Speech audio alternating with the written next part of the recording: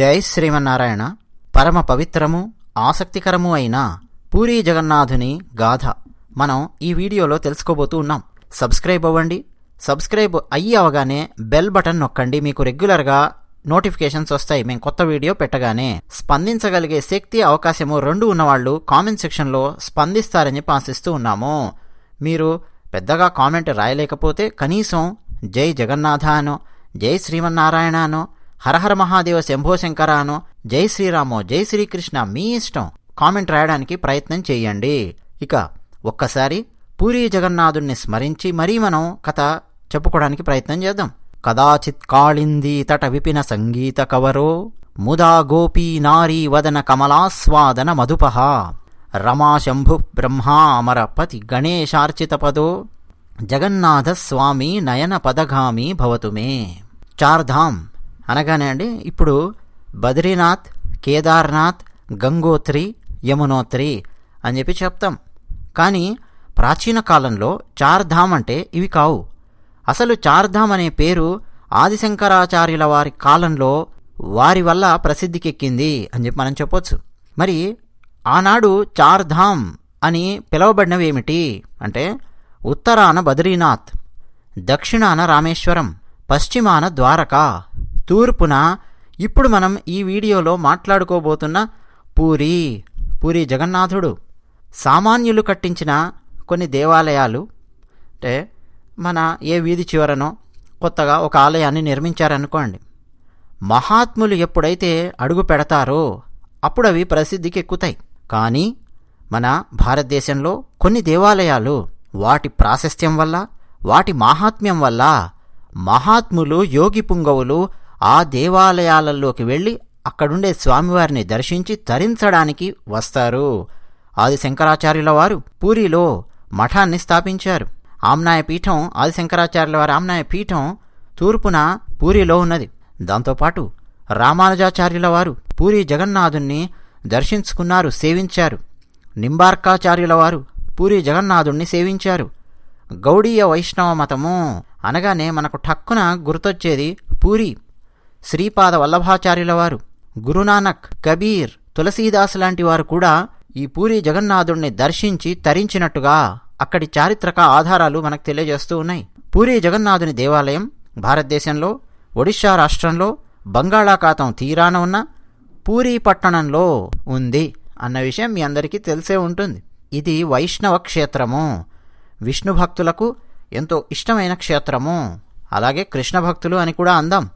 విష్ణువు ఎవరు, కృష్ణుడెవరు, ఇద్దరొకరే కదా. ఈ దేవాలయాన్ని సందర్శించిన యతీశ్వరులు, మహానుభావులు, మహాభక్తులు ఎందరెందరో ఉన్నారు. మరి ఏమిటి ఈ దేవాలయం యొక్క ప్రాశస్త్యము అనంటే, ఈ దేవాలయం యొక్క స్థల పురాణానికి గనక మనం వెళ్ళి చూస్తే ఈ ఆలయంలో ఉండే సాంప్రదాయ గాథలు అవన్నీ గనక మనం వింటే కృతయుగం నుంచి మనకు వినిపిస్తుంది.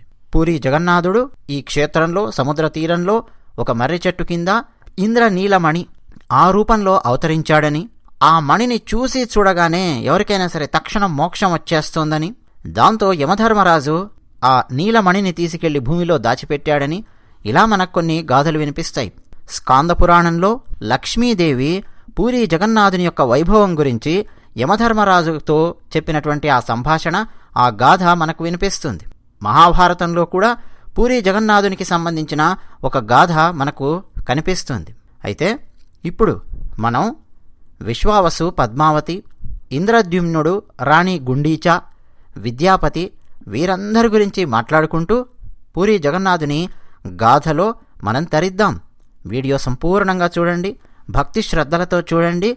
ఇంద్రద్యుమ్న మహారాజు పరిపాలిస్తున్న కాలంలో ఇంద్రద్యుమ్న మహారాజు ఆయన ఎంతో ధర్మాత్ముడు, ఎన్నెన్నో దాన ధర్మాలు చేస్తూ ఉండేవాడు, పరమ విష్ణుభక్తుడు. ఇతరులకెవరికైనా సరే బాధ కలిగితే వెంటనే ప్రతిస్పందించే లక్షణం ఇంద్రద్యుమ్న మహారాజు సొంతం.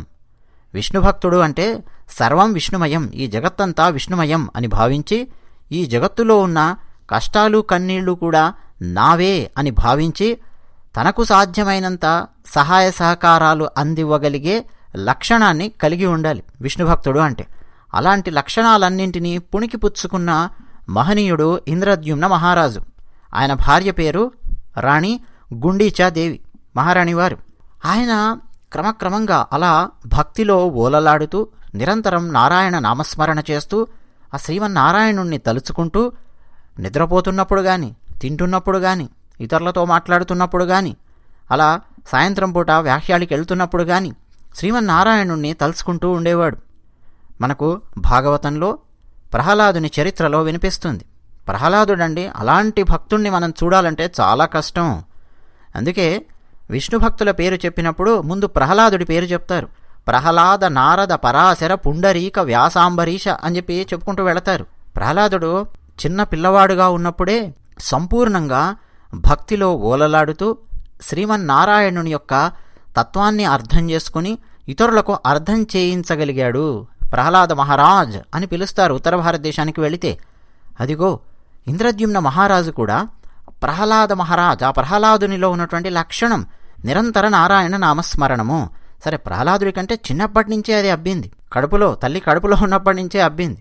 ఇంద్రద్యుమ్న మహారాజుకు క్రమక్రమంగా వయసు పెరుగుతూ ఉన్న కొద్దీ శ్రీమన్నారాయణుడి మీద భక్తి పరిపక్వం అవుతూ వస్తోంది. అంటే కాయ గనక పండవుతుందే, అలా పండిపోతోంది భక్తి. ఒకరోజు ఇంద్రద్యుమ్న మహారాజు గారు ప్రశాంతంగా నిద్రపోతూ ఉన్నారు. అకస్మాత్తుగా శ్రీమన్నారాయణుడు ఆయనను పిలుస్తున్నట్టుగా అనిపించింది. 4 భుజాలతో దర్శనమిస్తూ పిలుస్తున్నట్టుగా అనిపించింది. నిద్ర లేచారు మహారాజు గారు. అటు ఇటు పక్కల చూశారు. ఒక మూలన శ్రీమన్నారాయణుడు 4 భుజాలతో నిలబడి పిలుస్తున్నట్టుగా అనిపించింది. అయ్యో, శ్రీమన్నారాయణుడు కనిపించాడు, స్వామి నాకు దర్శనమిచ్చావా అని లేచి మంచం దిగి పరిగెత్తుకొని వెళ్ళాడు. వెళ్ళి శ్రీమన్నారాయణుడి పాదాలు పట్టుకోబోయాడు. శ్రీమన్నారాయణుడు లేడక్కడ. ఒక్కసారి కళ్ళు నులుముకొని చూశాడు. నారాయణుడు కనిపించలేదు. నిద్రలో కలగన్నానా, దర్శనమిచ్చాడా, ఏం అర్థం కాలేదు. మళ్ళీ వచ్చి ఇక ఏం నిద్రపోలేదు. మామూలుగా స్వప్నశాస్త్రం చదువుకున్న వాళ్ళు చెప్తూ ఉంటారు, ఎప్పుడైనా సరే కలలో దైవదర్శనమయ్యి మెలకువ వచ్చినప్పుడు మళ్ళీ నిద్రపోకూడదు. ఈ విషయం మనకు ఆముక్తమాల్యదను ఆమూలాగ్రంగా పరిశీలిస్తే సుస్పష్టంగా అర్థమవుతుంది. శ్రీకృష్ణదేవరాయల వారికి కల వచ్చి మెలకువ వచ్చి ఇక ఆయన మళ్ళీ నిద్రపోలేదు. అప్పుడు ఆలోచించాడు, ఆముక్తమాల్యద అనే ప్రబంధాన్ని రాయాలి అని. శ్రీకృష్ణదేవరాయల వారు తెలుసు కదా ఎక్కడో, శ్రీకాకుళం అనే ప్రదేశం మన కృష్ణా జిల్లాలో ఉన్నటువంటి ప్రదేశం. శ్రీకాకుళాంధ్ర మహావిష్ణువు దేవాలయం ఉంది. ఆ దేవాలయంలో శ్రీకృష్ణదేవరాయల వారు నిద్రిస్తున్నప్పుడు శ్రీమన్నారాయణుడు కలలో సాక్షాత్కరించడము, ఠక్కున ఆయన లేచి కూర్చోవడము, ఇక ఆ తర్వాత మళ్ళీ నిద్రపోలేదు. స్వప్నశాస్త్రం చెప్పినట్టుగా, పెద్దలు, గురువులు, పండితులు చెప్పినట్టుగా ఆయన నిద్రపోకుండా ఆ దేవాలయంలో ప్రదక్షిణాలు చేస్తూ ఉన్నాడు. అలాగే నారాయణ నామస్మరణ చేస్తూ ఉన్నాడు. ఆ తర్వాత శ్రీకృష్ణదేవరాయల వారు కళింగ రాజ్యాన్ని జయించారు, జైత్రయాత్రకు వెళ్ళారు. ఆ తర్వాత వచ్చారు. ఇక ఎంత అద్భుతంగా పరిపాలించారో మనకు తెలుసు. ఆముక్తమాల్యద లాంటి గ్రంథాన్ని అందించారు. తిరుమల శ్రీ వెంకటేశ్వర స్వామి వారికి ఎనలేని సేవలు చేశారు శ్రీకృష్ణదేవరాయల వారు. ఇప్పుడు ఇంద్రద్యుమ్న మహారాజు గారు లేచారు. ఇక నిద్రపోలేదు, కూర్చున్నారు అలాగే. ఉదయం అయ్యింది. మహారాణి వారు వచ్చారు, అడిగారు. మహారాణి వారికి చెప్పారు రాజుగారు. మహారాణి వారికి అర్థం అవుతున్నది రాజుగారు భక్తిలో ఏ స్థితికి వెళుతున్నారు అన్నది. ఆమె అందులో తప్పుబట్టేదేమీ లేదు, మంచిదే కదా. మహారాజా వారు మీరు నిరంతరం నారాయణ నామస్మరణ చేస్తున్నందుకు కలలో అలా కనిపించి ఉంటారు, పర్వాలేదులేండి అని చెప్పారు. ఇక ఆ తర్వాత ఆయన ఏదో భోజనం చేస్తున్నప్పుడు కూడా ఆ పక్కనే మహారాజు వారంటే ఎలా ఉంటుంది వారు భోజనం చేసే పద్ధతి, ఆ పక్కనే శ్రీమన్నారాయణుడు కూడా ఒక విస్తరి వేసుకొని తింటున్నట్టుగా కనిపించింది. వెంటనే శ్రీమన్నారాయణుడిని అలా చూసి పట్టుకోబోయాడు. శ్రీమన్నారాయణుడు లేడక్కడ. అంటే ఆయనకు పగటిపూట కూడా శ్రీమన్నారాయణుడు కనిపించడం మొదలయ్యింది. మధ్యలో ఇదేమిటి, చిత్తచాంచల్యం వస్తున్నదా, భ్రమణ ఏంటి అని ఆలోచించడం మొదలుపెట్టాడు. మళ్ళీ తన కార్యక్రమాలలో నిమగ్నమవుతూ ఉన్నాడు. ఇలా మదన పడుతూ నారాయణుడు కనిపిస్తూ ఉన్నాడు, కనిపించడం లేదు, కనిపిస్తూ ఉన్నాడు, కనిపించడం లేదు, దాగుడు మూతలాడుతున్నట్టుగా ఉంది మహారాజు గారితో. ఆ సమయంలో ఒకరోజు సభ తీర్చి ఉన్నప్పుడు, అంటే కొలువులో ఉన్నప్పుడు, ఒక ఋషీశ్వరుడు మహారాజా వారి సభకు వచ్చాడు. ఋషీశ్వరుడు రాగానే మహారాజా వారు సింహాసనం దిగి ఋషీశ్వరుని దగ్గరికొచ్చి అర్ఘ్యపాద్యాలిచ్చి ఋషీశ్వరుని యొక్క ఆశీర్వాదం తీసుకుని ఋషీశ్వరునికి ఉచితాసనమిచ్చి సత్కరించి కూర్చోబెట్టాడు. ఇక ఇప్పుడు ఋషీశ్వరుడు మాట్లాడడం మొదలుపెట్టాడు. మహారాజా, మీరు భక్తిలో పండిపోయారు, నిరంతర నారాయణ నామస్మరణ చేస్తూ ఉండడం వల్ల నారాయణుడు మీకు కనిపిస్తున్నాడా కనిపించడం లేదా అన్న ఆ స్థితికొచ్చారు మీరు, అవునా అని చెప్పి ఋషీశ్వరుడు ప్రశ్నించాడు. అవును స్వామి అన్నాడు మహారాజు. మరి శ్రీమన్నారాయణుణ్ణి పట్టుకోవాలనుందా, చూడాలనుందా అని ఋషీశ్వరుడు చిరునవ్వుతో అడిగాడు.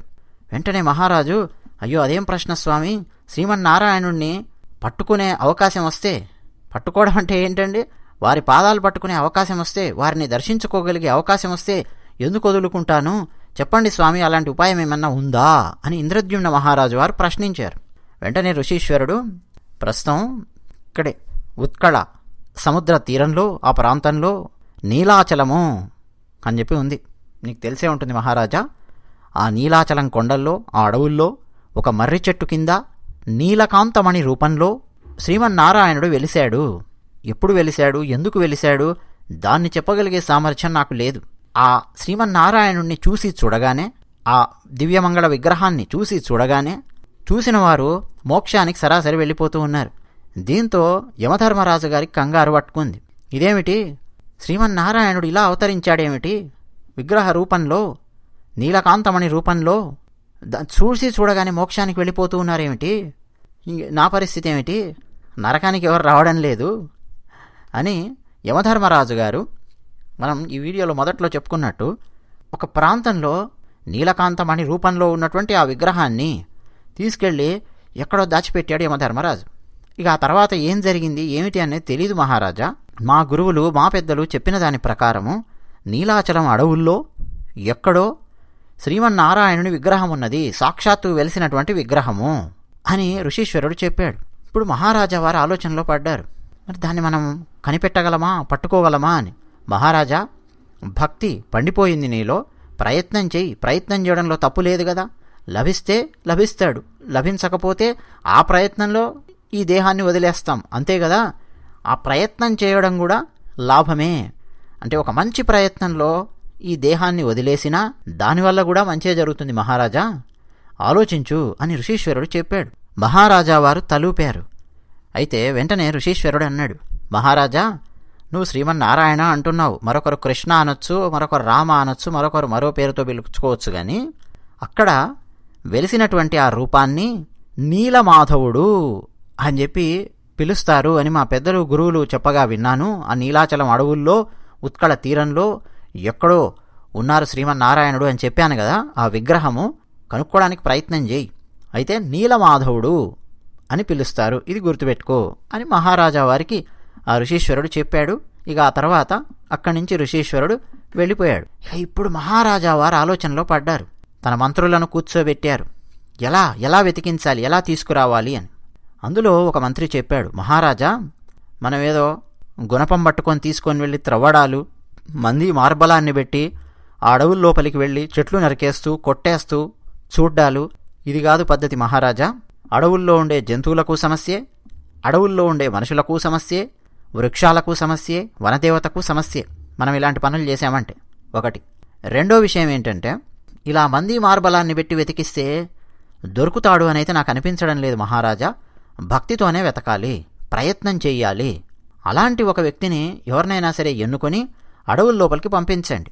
పట్టుదల ఎలా ఉండాలంటే, నీలమాధవుణ్ణి కనుక్కునేదాకా ఇక నేను వెనక్కి రాను అనే స్థాయిలో పట్టుదల ఉన్న వ్యక్తిని వెతికి మరీ పంపించండి మహారాజా అని మంత్రులు చెప్పారు. వెంటనే ఇంద్రద్యుమ్న మహారాజు ఆలోచించి తన దగ్గరే ఉన్నటువంటి ఒక వ్యక్తి, అంటే తన కొలువులో ఉన్నటువంటి వ్యక్తి, అధికారుల్లో విద్యాపతి అని ఒక మహానుభావుడు, ఆయనను పిలిచారు. విద్యాపతి యువకుడు, మంచి యవ్వనంలో ఉన్నాడు. ఓ పక్క భక్తి ఉన్నది, మరో పక్క లౌక్యము ఉన్నది, మరో పక్క ఎలాంటి పనినైనా సరే సాధించి పెట్టగలిగే సామర్థ్యము ఉన్నది, మరో పక్క పాండిత్యము ఉన్నది. విద్యాపతి బ్రాహ్మణుడు, పండితుడు, వేదం చదువుకున్నాడు. ఇలా ఎన్నెన్నో మంచి లక్షణాలున్నాయి. విద్యాపతిని పిలిచి అప్పగించాడు మహారాజు. విద్యాపతి, నువ్వు ప్రయత్నం చేస్తావా నీలమాధవుణ్ణి నీలాచలంలో కనుక్కోవడానికి అని. తప్పకుండా మహారాజా, మీరు నన్ను అడగడం ఏమిటి, మీరు ఆజ్ఞాపించండి, నేను ప్రయత్నం చేస్తాను అని చెప్పి విద్యాపతి అన్నాడు. సరే విద్యాపతి, అయితే వెళ్ళు అని మహారాజా వారు ఆజ్ఞాపించారు. ఇక విద్యాపతి బయలుదేరాడు. అన్నట్టు అసలు నీలమాధవుడు ఎక్కడున్నాడు, ఏం జరిగింది అన్నది మనం తెలుసుకోవాలంటే ఈ సంఘటన ఇప్పుడు మనం మాట్లాడుతున్నామే, మహారాజా వారు, విద్యాపతి, ఋషీశ్వరుడు, ఈ చర్చ ఇవన్నీ జరగడం కంటే కొన్ని సంవత్సరాల ముందుకు మనం వెళ్ళాలి. ఏదో సినిమాలో గనక స్క్రీన్ ప్లేలో ఫ్లాష్ బ్యాక్ అనాలా ఏమనాలనో, కాస్త వెనక్కి వెళ్ళాలి, పాస్ట్లోకి వెళ్ళాలి అని చెప్తుంటారే, అలా కొంత మనం వెనక్కి వెళ్ళాలి. సవరలు అని చెప్పి ఆదివాసీలలో ఒక తెగ ఉంది. మన భారతదేశంలో ఆదివాసీలు ఎందరెందరో ఉన్నారు. మధ్య భారతదేశం అడవుల్లో సవరలు అని చెప్పి పిలుస్తారు. మనం గిరిజనులు అని చెప్పి అందరినీ, ఆదివాసీలందరినీ కలిపి గిరిజనులు అని చెప్పి అంటూ ఉంటాం, ఆదివాసీలు అంటుంటాం. ఇంగ్లీష్లో అయితే ట్రైబ్స్ అని చెప్పి పేరు పెట్టారు, మీకు తెలుసు.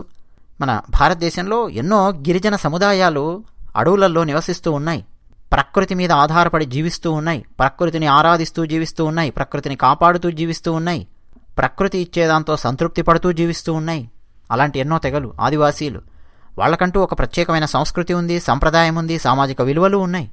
ఉదాహరణకు మేఘాలయ లోపలికి గనక మనం వెళితే అక్కడుండే గిరిజనులను ఖాసీలు అని చెప్పి పిలుస్తారు.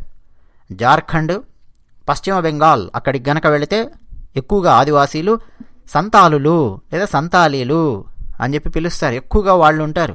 ప్రస్తుత భారతదేశ రాష్ట్రపతి ద్రౌపది ముర్ము గారు సంతాలీలకు సంబంధించినటువంటి వ్యక్తే ఆమె.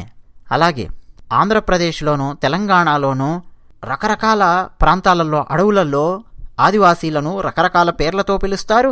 ప్రతి ప్రాంతంలోనూ వారికి ప్రత్యేకమైన సంస్కృతి సాంప్రదాయం ఉందండి. గోండులు ఉన్నారు తెలంగాణలో ఉత్తరం వైపు వెళితే, మళ్ళీ అందులో రాజ్గోండ్, కోయిత్తూర్ అని చెప్పి, కోలాం, ప్రధాన్, తోటి, ఆంద్, మన్నెవార్, చెన్సులు నల్లమల అడవుల్లోకి వెళితే, నాయక్పోడ్ ఉత్తర తెలంగాణలో, కోయా భద్రాచలం అడవుల లోపలికి వెళితే, కొండరెడ్లు అటు తూర్పుగోదావరి పశ్చిమ గోదావరి ఏజెన్సీ మన్యం వైపు వెళితే, ఇలా మొత్తం 32 తెగల వాళ్ళు ఉన్నారండి లెక్కలు తీస్తే ఆంధ్రప్రదేశ్ తెలంగాణ ప్రాంతంలో. బోయలున్నారు, ఎరుకల వాళ్ళున్నారు, యానాదులున్నారు, లంబాడీలున్నారు. ఒడిషా ప్రాంతంలో గిరిజనులు సెంతల అనే తెగకు చెందిన వాళ్ళు ఉన్నారు, సౌరా అనే తెగకు చెందిన వాళ్ళు ఉన్నారు, కంధాస్ అనే తెగకు చెందిన వాళ్ళు ఉన్నారు, భూమిహార్ అనే తెగకు చెందిన వాళ్ళు ఉన్నారు, గ్వాండియా అనే తెగకు చెందిన వాళ్ళు ఉన్నారు. రకరకాల తెగలండి. అందులో ఇప్పుడు మనం మాట్లాడుకోబోయే వాళ్ళు ఎవరు? సవరలు. సవరలు అని చెప్పి ఉందండి. మామూలుగా సవరలు అంటే ఏమిటి? శబరులు అని చెప్పి అర్థం. శబరా అనే పదం కాస్త సవరా అయ్యింది. మీరు ఒడిస్సా వాళ్ళు ఎప్పుడైనా సరే సా, శా, షా అక్షరాలను పలుకుతూ ఉన్నప్పుడు గమనించండి ఎలా పలుకుతారో. శకారము, సకారము శబ్దం ఎలా వస్తుందో గమనించండి. అలాగే తూర్పు భారతదేశానికి మనం వెళితే పశ్చిమ బెంగాల్ కానీ ఒడిషాలోని ఉత్తర ప్రాంతం కానీ వకారం బదులు బకారము లేదా బకారం బదులు వకారం ఉపయోగించడం మనం చూడొచ్చు. సంస్కృతంలో కూడా సూత్రం ఉంది, ఉభయోరవేదః అని చెప్పి. సవరలు, శబరలు కాస్త సవరలు అయ్యింది. శబరి అని చెప్పి అంటున్నాం మనం. రామాయణంలో రాముల వారికి ఆతిథ్యం ఇచ్చినటువంటి మహనీయురాలు శబరి పదం గమనిస్తున్నారా? సవరలు. వాళ్ళు శ్రీమన్నారాయణుణ్ణి పూజిస్తూ వస్తున్నారు అనాదిగా. అయితే ఆ సవరలలో ఒక తెగ, ఆ సవరలలో ఒక గూడెం అనుకుందాం. వాళ్ళ నాయకుడు లేదా వాళ్ళ రాజుగారు లేదా వాళ్ళ గూడెం పెద్ద, మీరేం పిలిచినా కానీ, ఆయన పేరు విశ్వావసు, ఆయన భార్య పేరు పద్మావతి. వీళ్ళిద్దరూ మహాభక్తులు, నారాయణుని భక్తులు, అడవుల్లో ఉండే సవరలు. ఈ విశ్వావసు తన తెగ ఏమేం చేస్తుంది, ఏమేం సమస్యలున్నాయి వాళ్లకు అన్నీ కనుక్కొని వాటన్నింటినీ పరిష్కరించడము, వాళ్ళకు సరైన ఆహారం దొరుకుతుందా లేదా చూసుకోవడము, వాళ్ళు నివసించడానికి ఏమన్నా సమస్యలు వస్తున్నాయా అందులో చూసుకోవడము, అడవి జంతువుల నుంచి మృగాల నుంచి కాపాడుతూ ఉండడము, దానికి కావలసిన ఆయుధాలు తయారు చేసుకోవడము, అడవిలో తేనె అలాగే ఎన్నెన్నో ఉత్పత్తులు ఉంటాయి, పళ్ళు, వాటన్నింటినీ సేకరించి అందరికీ పంచడము, ప్రశాంతంగా జీవనాన్ని కొనసాగించడము, ఆటలు పాటలు ఆనందంగా జీవితాన్ని అలా గడుపుతూ ఉన్నారు. ఒకరోజు ఈ విశ్వావసు మంచి నిద్రలో ఉన్నప్పుడు అకస్మాత్తుగా ఎవరో పిలుస్తున్నట్టుగా అనిపించింది. ఎవరు పిలుస్తున్నారు ఏంటి ఆయనకు అర్థం కాలేదు. ఏదో మగత నిద్రలో ఉన్నట్టుగానే ఉన్నాడు. ఆ నిద్రలో ఎవరిదో పిలుపు, నాయనా విశ్వావసు, ఇక్కడి నుంచి నువ్వు ఉత్కళ తీరానికి వెళ్ళు, అటు తీరం వైపు వెళ్ళు, తీరానికి దగ్గరగా ఉండే అడవులలో నివాసాన్ని ఏర్పాటు చేసుకో, నేను నీకు దర్శనం ఇవ్వబోతూ ఉన్నాను అన్న ఒక గొంతు వినిపిస్తోంది. ఎవరిది అన్నది ఆయనకు అర్థం కావడం లేదు. ఆయన అకస్మాత్తుగా లేచి కూర్చున్నాడు. చూశాడు అటు ఇటు, ఎవరు కనిపించలేదు, ఏం తెలియదు.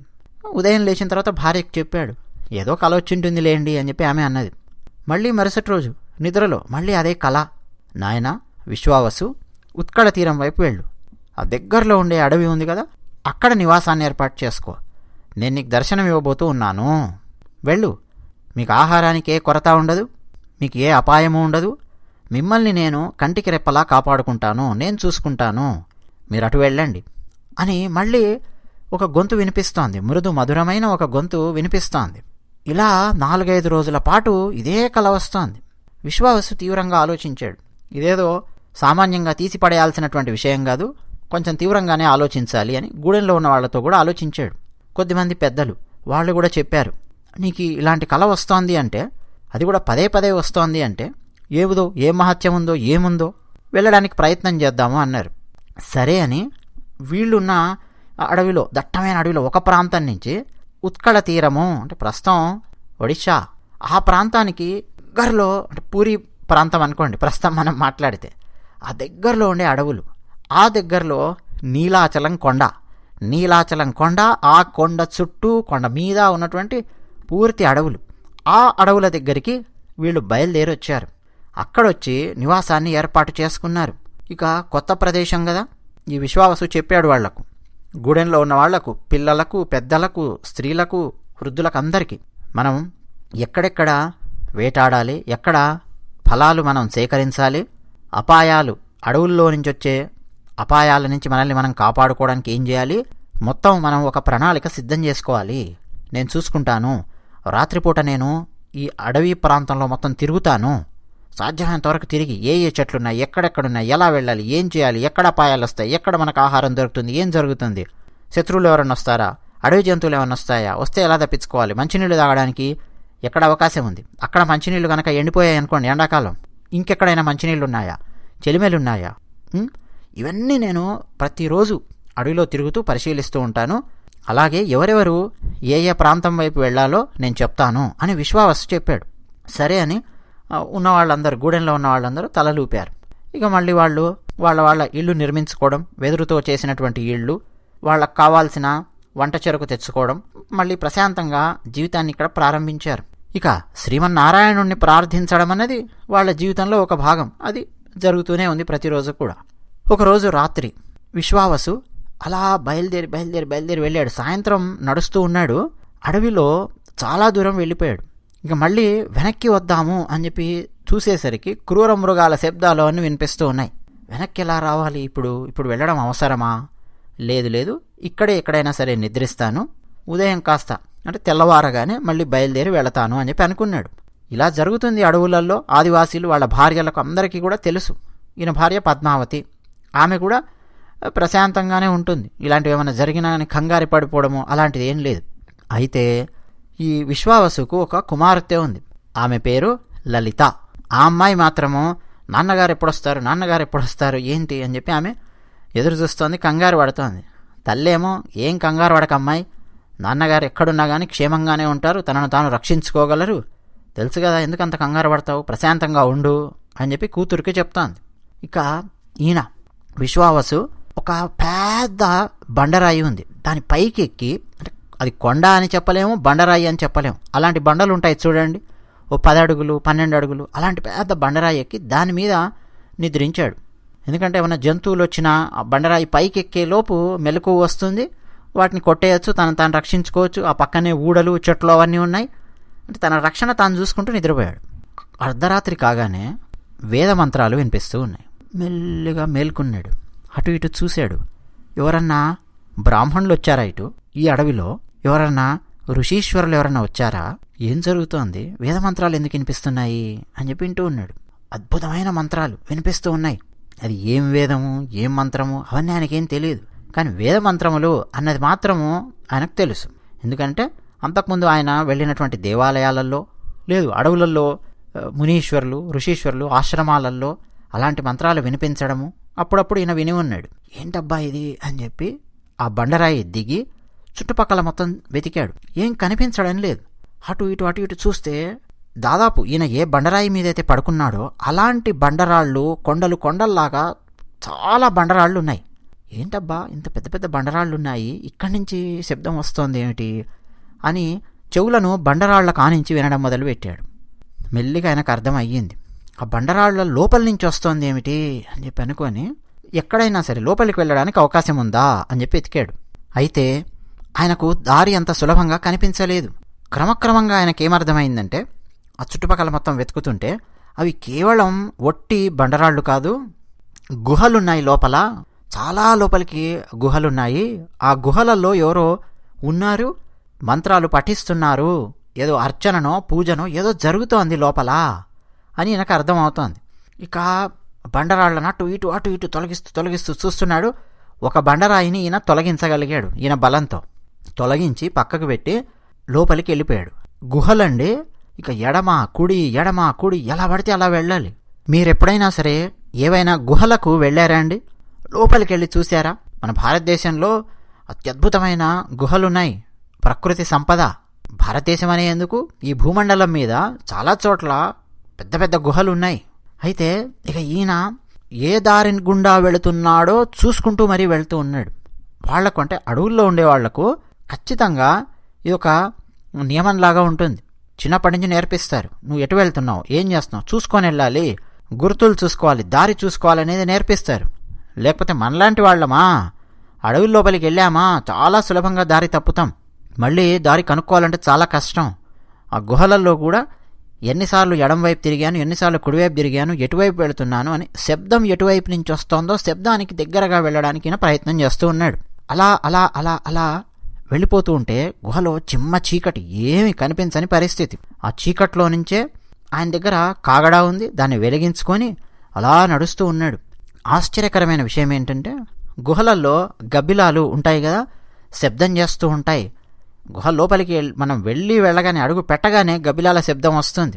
నాకు బాగా అనుభవమే. కానీ ఇక్కడ గబ్బిలాలు ఏం శబ్దం చేయడం లేదు. ప్రశాంతంగా నిద్రమత్తులో జోగుతున్నట్టుగా ప్రశాంతంగా నిద్రపోతూ ఉన్నాయి. తలెత్తి పైకి చూస్తే నడుస్తూ ఉన్నాడు. అలా క్రమక్రమంగా గుహ లోపలికి లోపలికి వెళుతూ ఉంటే క్రమక్రమంగా శబ్దం ఆగిపోయింది. అంటే లోపల ఏదో పూజనో వ్రతమో ఏంటో ఈయనకు తెలియదు, అర్చననో, అది ఆగిపోయింది అన్నట్టుగా ఈయనకు అర్థం అయ్యింది. ఠక్కున ఈయన చేతుల్లో ఉన్న కాగడా కూడా ఆరిపోయింది. శబ్దము ఆగిపోయింది, కాగడా ఆరిపోయింది. ఇదేమిటి అని చెప్పి ఈయన అటు ఇటు చూస్తూనే మరొక 4 అడుగులు ముందుకేశాడు. ఎదురుగా కనిపించిన దృశ్యాన్ని చూసి ఆనందము, ఆశ్చర్యము, ఇక జీవితంలో ఎప్పుడూ చూడనటువంటి అద్భుతమైన దృశ్యాన్ని కనుక చూస్తే మనం చిత్తరువులాగా ఎలా ఆగిపోతామో, చిత్తరువు అంటే ఏం లేదంటే పెయింట్ వేసినట్టుగా ఎలా ఆగిపోతామో అలా ఆగిపోయి అలా చూస్తూ ఉన్నాడు. ఎదురుగా పెద్ద బండరాయి, అది కూడా ఒక ఎత్తైన ఆసనంలాగా ఉంది. ఆ బండరాయి మీద ఆ ఉచితాసనము అని చెప్పి ఇంతకుముందు మనం మాట్లాడుకున్నాం ఋషీశ్వరుడు వచ్చినప్పుడు. ఇప్పుడు కూడా ఒక ఆసనం లాంటిది ఉంది. అయితే మనుషులు చెక్కినటువంటి ఆసనంలాగా లేదు, అది బండరాయే ఆసనంలాగా ఉంది. దాని మీద నీలమాధవుని విగ్రహం ఉంది. 4 భుజాలతో శ్రీమన్నారాయణుని విగ్రహం, నీలమాధవుడు ఆయన విగ్రహం ఉంది. ఒక్కసారి ఆయన ముందుకొచ్చి అసలు ఆ విగ్రహం వంకలా చూస్తూ ఉన్నాడు. ఎవరున్నారు, ఎవరు ఇప్పటివరకు వేదమంత్రాలు చదివారు, ఎక్కడికి వెళ్ళారు, ఈ ఆలోచన అంతా పోయింది. ఆయనలో ఉండే తాపములు, తాపత్రయము అని చెప్పి అంటామండి. ఆది దైవిక తాపము, ఆది భౌతిక తాపము, ఆధ్యాత్మిక తాపము అని చెప్పి పిలుస్తాం. ఈ తాపములన్నింటి నుంచి మాకు శాంతి కలుగుగాక అని ఉపనిషత్తులలో శాంతి మంత్రాలు చెప్పుకున్నప్పుడు మనం చదువుతాం. ఓం శాంతి శాంతి శాంతి అని చెప్పి మనం చదువుతాం 3 సార్లు. దానికి చాలా అద్భుతమైన భాష్యములు కూడా ఉన్నాయి. ఎందుకు 3 సార్లు ఓం తర్వాత శాంతి శాంతి శాంతి అని చెప్పి ఉందని. మాకు ఈ 3 తాపముల నుంచి, ఆది దైవిక, ఆది భౌతిక, ఆధ్యాత్మిక తాపము నుంచి శాంతి కలుగుగాక అని చెప్పి అర్థము అని మనకు పెద్దలు చెప్పున్నారు. ఈ తాపాల నుంచి మొత్తం ఆయనకు విముక్తి కలిగింది. అంటే ఇక మనసులో ఆందోళనలు లేవు, ప్రశాంతత, అంతులేని ఆనందం. ఇక అది అనుభవిస్తే తప్ప మనం చెప్పలేం. ఆనందం గురించి కూడా మనకు ఉపనిషత్తులలో ఉంది. బ్రహ్మానందం అంటే ఏమిటి, ఆనందం అంటే ఏమిటి, ఇవన్నీ ఉపనిషత్తులలో మనకు చెప్పారు. పరమాత్మ, వేదములు ఎవరో సృష్టించినవి కావు కదండి, సాక్షాత్ పరమాత్మ నుంచి ఉద్భవించినవి వేదములు కదా, అందులో చెప్పి ఉన్నారు. అటువంటి బ్రహ్మానందం కలుగుతున్నది చూస్తూ ఉంటే ఆ దివ్యమంగళ విగ్రహాన్ని. ఇప్పుడు ఆ విగ్రహం లోపల నుంచి మాటలు వస్తూ ఉన్నాయి. నాయనా, విశ్వావసు రా, ముందరికి రా, ముందుకు రా అని మాటలు వినిపిస్తూ ఉన్నాయి. విశ్వావసుకు అప్పుడు అర్థం అయ్యిందండి. తాను కలగన్నప్పుడు ఆ కలలో ఏ గొంతు అయితే వినిపించిందో అదే కంఠం ఇప్పుడు వినిపిస్తోంది. శ్రీమన్నారాయణుని కంఠమా, మేము నిరంతరం అర్చించే శ్రీమన్నారాయణుని కంఠమా, తరతరాల నుంచి మా సవర తెగలల్లో అర్చిస్తున్న శ్రీమన్నారాయణుని కంఠమా అని అలా ముందుకు అడుగులు వేస్తూ ముందుకొచ్చి మోకాళ్ల మీద అలా కూర్చుండిపోయాడాయన. అలా చూస్తూ ఉన్నాడు విగ్రహాన్ని. ఇప్పుడు ఆ విశ్వావసు ఏం చేయాలండి? వేదమంత్రాలు చదవాలి అంటే వేదమంత్రములు ఆయనకు రావు. ఏం చేయాలి ఆయన? అలా చూస్తున్నాడంతే. అయితే మనకు విష్ణు సహస్రనామంలో చెప్పినట్టు ఆర్తా విషణ్ణా శిథిలాశ్చ భీతా ఘోరేషు చ వ్యాధిషు వర్తమానా సంకీర్త్య నారాయణ శబ్దమాత్రం విముక్త దుఃఖాస్తుకినో భవంతి. అంటే ఆర్తులు జీవితంలో భౌతికంగా కానీ మానసికంగా కానీ చితికిపోయినటువంటి వాళ్ళు, భయంలో ఉన్నటువంటి వాళ్ళు, భయానకమైన వ్యాధుల బారిన పడినటువంటి వాళ్ళు, రకరకాల సమస్యలు ఉన్నటువంటి వాళ్ళు, అశాంతి ఉన్నటువంటి వాళ్ళు సంకీర్త్య నారాయణ శబ్దమాత్రం, నారాయణ ఆ మంత్రాన్ని, ఆ నారాయణ అనే శబ్దాన్ని సంకీర్తన చేస్తే చాలు విముక్త దుఃఖాస్తుకినో భవంతి, దుఃఖాల నుంచి మొత్తం విముక్తి పొందుతాడు. ఎప్పుడైతే ఆ శ్రీమన్నారాయణుడు అలా చూస్తాడో కరుణా కటాక్షం కలుగుతుందో. అంటే నిజమైన భక్తి కావాలి. ఓ పక్క నారాయణ నామస్మరణ చేస్తున్నాను అని చెప్పి మరో పక్క భక్తి లేకుండా ఉన్నామనుకోండి, భక్తితో చేయడం లేదనుకోండి, నారాయణుడు మన వైపు ఎందుకు చూస్తాడు? అది కూడా చెప్పాడు.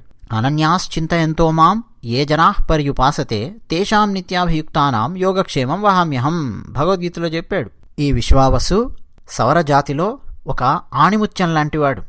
ధర్మము, న్యాయము తప్పకుండా జీవితాన్ని నియమబద్ధంగా కొనసాగిస్తూ శ్రీమన్నారాయణుని ప్రసాదంగా జీవితం లభించింది అని అలా తన జీవితాన్ని ముందుకు కొనసాగిస్తూ ప్రశాంతంగా జీవితాన్ని గడుపుతున్న వ్యక్తి. ఎలాంటి సమస్యలు వచ్చినా సరే శ్రీమన్నారాయణుడున్నాడు, ఆయన చూసుకుంటాడు అని ఆయన ప్రసాదంగానే ఆలోచనలు, అడుగులు వేసినటువంటి మహనీయుడు ఈ విశ్వావసు. మరి ఈయనకు దర్శనమివ్వకపోతే ఇంకెవరికి దర్శనమిస్తాడండి శ్రీమన్నారాయణుడు? చూడండి, సామాన్యులెవరికీ కనిపించినటువంటి ఆ నీలమాధవుని విగ్రహం, నీలాచలం కొండల్లో ఎక్కడో గుహలలోపల ఉన్నటువంటి ఆ విగ్రహము విశ్వావసుకు కనిపించింది. విశ్వావసుకు కనిపించింది అనాలా? విశ్వావసుకు దర్శనమివ్వడం కోసం శ్రీమన్నారాయణుడు అడవులలో మరో ప్రాంతంలో ఉన్న విశ్వావసు యొక్క ఆ కుటుంబాన్ని మొత్తం ఇక్కడికి పిలిపించి అలా దర్శనమిచ్చాడా? ఏం చేయదలుచుకున్నాడో ఒక్కసారి మనం ఆలోచించాలి. శ్రీమన్నారాయణుడు దర్శనం ఇవ్వదలుచుకున్నాడు, దర్శనమిచ్చాడు. లేకపోతే విశ్వావసు ఆ రోజు రాత్రి అక్కడ ఆగిపోవడం ఏంటి? వేదమంత్రాలు వినిపించడం ఏమిటి? గుహ అని చెప్పి కనుక్కోవడం ఏంటి? గుహ యొక్క ద్వారాన్ని కనుక్కోవడం ఏంటి? ఆ రాత్రి లోపలికి వెళ్ళడం ఏంటి? దర్శనం చేసుకోవడం ఏమిటి? ఇప్పుడు శ్రీమన్నారాయణుని వాక్కు, ఆ కంఠం వినిపిస్తోంది. విశ్వావసు, నీ భక్తికి నేను మెచ్చుకున్నాను. నీ భక్తి తత్పరతలు, ధర్మబద్ధమైన నీ జీవితము, భక్తితో కూడిన నీ జీవితము లోకానికి ఆదర్శం. అందుకే మానవులలో మొట్టమొదటగా నేను నీకే కనిపిస్తున్నాను. ఇప్పటి వరకు ఇక్కడ వినిపించిన వేదమంత్రములు అవేవి కూడా మానవులు పఠించినవి కావు. దేవతలు ఇక్కడికొచ్చి వారు పఠించినటువంటి వేదమంత్రములు, వాటినే నువ్వు విన్నావు. మొట్టమొదటి మానవుడివి నువ్వే, నన్ను చూస్తున్న మొట్టమొదటి మానవుడివి. నాయనా, ఇక తరించు, ప్రశాంతంగా నీ జీవితాన్ని కొనసాగించు, వెళ్ళు అని శ్రీమన్నారాయణుడు చెప్పాడు. విశ్వావసుకు అలా ఆనంద భాష్పాలు వస్తున్నాయి. నన్ను అనుగ్రహించాడేమిటి నారాయణుడు? ఎందరో పరమ భాగవతోత్తములు, భక్తులు ఎందరెందరో ఉన్నారు కదా, నన్ను అనుగ్రహించాడా అని ఆనంద భాష్పాలు వస్తూ ఉన్నాయి. ఇక ఇప్పుడు విశ్వావసు అన్నాడు, స్వామి నేనొస్తాను, ప్రతిరోజు నేను నిన్ను అర్చిస్తాను అని మాట్లాడుతూ ఆ నారాయణుడితో అలా ప్రశాంతంగా ఓలలాడుతూ దివ్యమంగళ విగ్రహాన్ని దర్శించుకుంటూ ఉదయం అయ్యేంత వరకు ఆ గుహలోనే గడిపాడు. అసలు ఆయనకు ఉదయం అయ్యింది అన్న విషయం కూడా తెలియదు. గుహలోపల మొత్తం చీకటి. అంటే కొన్ని గంటల పాటు అక్కడే గడిపాడు. అక్కడే కూర్చుంటే ఇంట్లో ఉన్నవాళ్ళు కంగారు పడే అవకాశం ఉంది కదా. కొంతవరకు అయితేనేమో ఆలోచిస్తారు, ఆగుతారు, మనం ఇంతకుముందు మాట్లాడుకున్నట్టు. మరీ ఎక్కువ సమయం అయ్యింది అనంటే ఇక ఈయనను వెతుక్కుంటూ కొంతమంది బయలుదేరే అవకాశం కూడా ఉంటుంది. అందుకని శ్రీమన్నారాయణుడితో మాట్లాడుతున్నట్టుగానే చెప్పి, స్వామి నిన్ను వదిలి వెళ్ళాలి అని చెప్పి నాకు అనిపించడం లేదు, వస్తాను, ప్రతిరోజు నేను వస్తాను, నిన్ను నేను అర్చిస్తాను అని అలా చెబుతూ బయటికి వచ్చేశాడు. పెద్ద బండరాయిని అడ్డం పెట్టేశాడు. ఎందుకంటే ఎవరొస్తారో తెలియదు, ఏ జంతువులు లోపలికి వస్తాయో తెలియదు, ఏమేం పాడు చేస్తాయో తెలియదు. గుహ కదండి. ఈయనే ఆ గుహ యొక్క బండరాయిని పక్కకు జరిపి లోపలికి ప్రవేశించాడు కాబట్టి మళ్ళీ తిరిగి బండరాయిని సరిగ్గా గుహకు అడ్డంగా పెట్టాడు. ఎవరైనా సరే బయట నుంచి చూస్తే అసలు ఇక్కడ గుహ ఉంది అన్న విషయం కూడా ఎవరికి తెలియదండి. అలా ఉంటాయి బండరాళ్ళు. అలా ఉంది అక్కడ ఇప్పుడు చూస్తే. ఇప్పుడు ఈయన మళ్ళీ బయలుదేరి ఇంటికి వచ్చాడు. ఈయనను చూడగానే ఈయన భార్య ఆశ్చర్యపోయింది. ఎందుకంటే రాత్రంతా ఎక్కడెక్కడో తిరిగి తిరిగి వచ్చిన వ్యక్తి, లేదు పోనీ ఎక్కడైనా నిద్రపోయినా కానీ చాలా దూరంలో ఉంటేనే కదా నిద్రపోయేది. దగ్గరలోనే ఉన్నాడు అనుకోండి, నిద్ర ఎందుకు పోతాడు, టక్కున వచ్చేవాడు. కానీ అంత దూరం ఎక్కడి నుంచో నడిచి వచ్చాడు, అలసిపోవాలి కదా. అలసిపోయిన మొహం లేదు, ప్రశాంతమైన మొహం ఉంది. ప్రసన్న వదనం అంటామే అలా ఉంది. ఒక ఆనందం కనిపిస్తోంది, ఒక దివ్యమైన అనుభూతి కనిపిస్తోంది భర్త ముఖారవిందంలో. అలాగే కూతురు, ఆ అమ్మాయి లలిత, ఆమె కూడా అడిగింది, నాన్నగారు ఏమయ్యింది అని. విషయం మొత్తం చెప్పాడు. ఆ తర్వాత గూడెంలో ఉన్న వాళ్ళందరినీ పిలిచి కూర్చోబెట్టి చెప్పాడు, ఇది పరిస్థితి. అయితే శ్రీమన్నారాయణుడు అక్కడ ఉండదలుచుకున్నాడు, ఆ గుహలో ఉండదలుచుకున్నాడు. నాకు దర్శనమిచ్చాడు. ప్రతిరోజు నేను వెళ్ళి ఆ స్వామివారిని అర్చిస్తాను.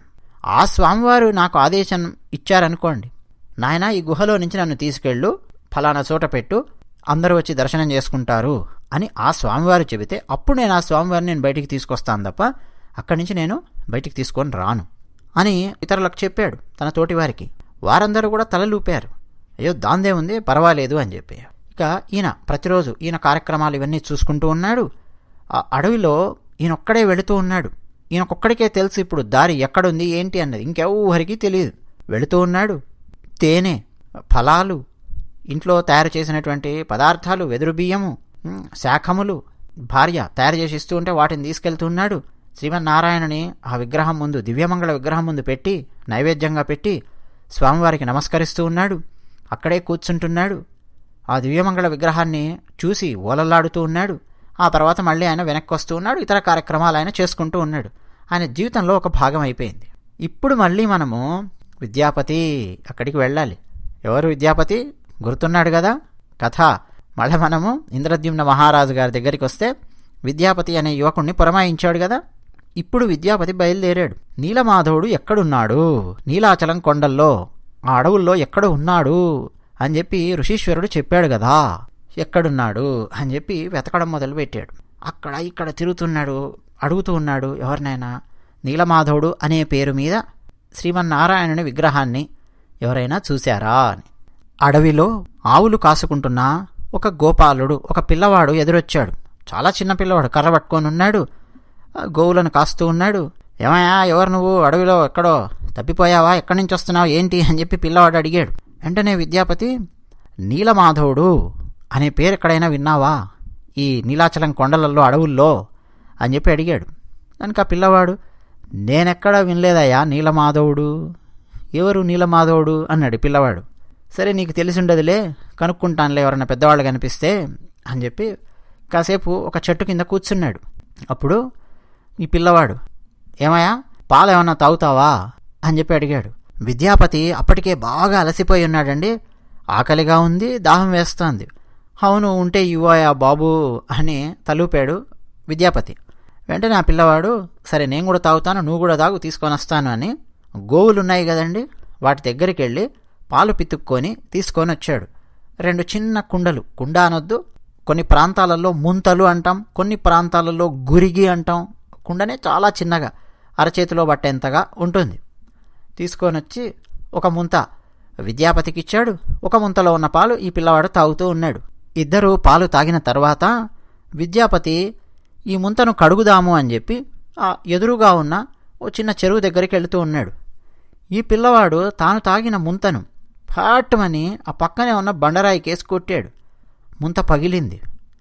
విద్యాపతి వెంటనే పిల్లవాడి వంక చూశాడు. ఏం బాబు, ముంత అలా పగలగొట్టావేమిటి? కడిగి ఉపయోగించుకుంటాం కదా, ఇలా పగలగొట్టావేంటి అన్నాడు. పాత కుండ పగిలితేనే కదా కొత్త కుండ వచ్చేది. నేను పాత కుండలో తాగనయ్యో. మా నాన్నగారికి బోలెడు ఆవులున్నాయి, మా దగ్గర బోలెడు కుండలున్నాయి. నేనెప్పుడు తాగినా కొత్త కుండలోనే తాగుతాను ప్రతి పూట అన్నాడు పిల్లవాడు.